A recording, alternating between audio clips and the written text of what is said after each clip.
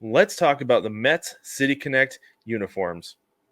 Okay, there's a lot going on here because initially I felt like they were very plain, right? Surface level, you're like, man, that a lot of people were saying wannabe road Yankees uniform. Okay, not necessarily the case. There's a lot more going on here than what we see at surface level. We just see a gray and black uniform. That's it. Okay.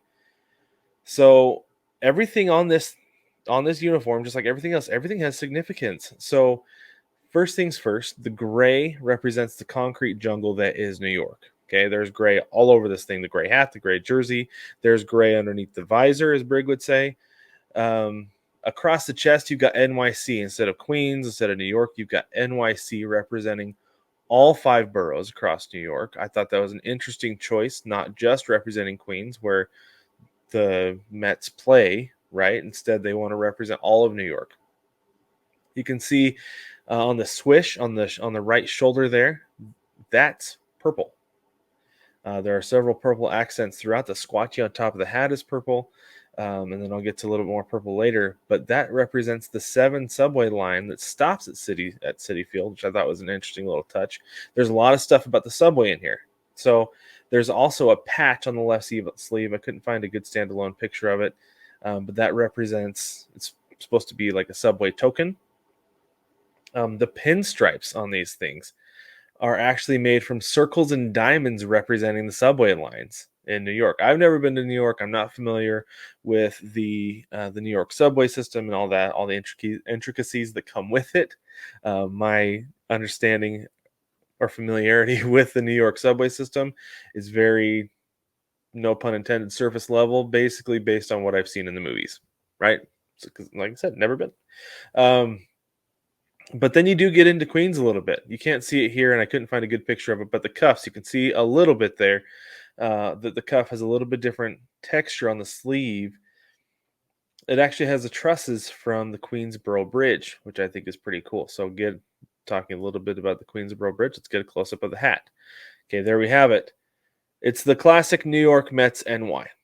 I like that they stuck with that. That's pretty cool. Um, But underneath it and across the front two panels of the hat, you can see is the Queensboro Bridge again. So that's a pretty neat touch to make it specifically uh, towards the borough where the Mets play. There you can see the purple squatchy on top of the hat. And again, another one I couldn't find a good picture of is more purple down on the jock tag, just above the jock tag. It says the World City. This was a cool touch that I liked a lot. Here inside, kind of the sweatband inside the hat, um, it's an artistic visual of the New York City subway system, which I thought was pretty neat. That looks really cool. I would have liked to have had that a little bit more visible because I think it's neat. I think it's great. And then you've got concrete again on the undervisor of the hat there. That looks really cool. So some interesting things about these jerseys.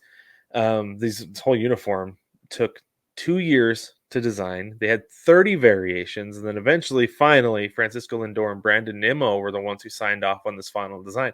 So if you have a problem with it, take it up with those guys, right? Because they're the ones who said, yes, this is the one. We like it.